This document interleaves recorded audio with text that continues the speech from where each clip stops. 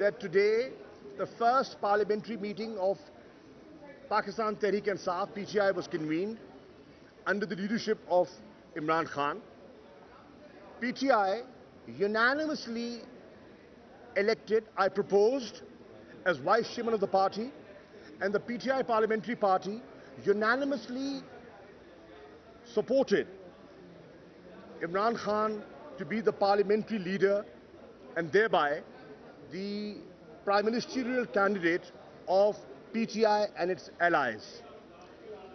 We, as a party, have acknowledged that in a parliamentary democracy, Parliament is not only supreme, we have to enhance its respectability. And Imran Khan has proposed and is volunteered that he would come to Parliament on a regular basis, and there will be a Prime Minister's questionnaire in which he will take questions from members of Parliament to enhance the significance and the importance of Parliament. He's also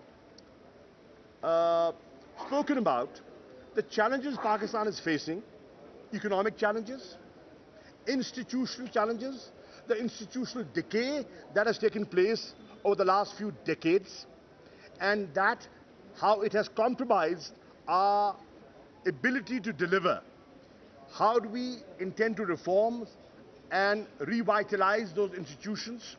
He has also said how he proposes to raise revenue and protect public money, how he has to fight corrupt elements and corruption, how he has to live up to the expectations of the people of Pakistan.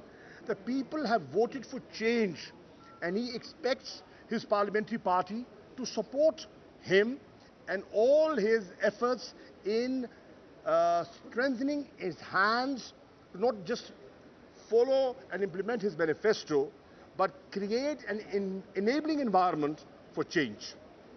Thank you.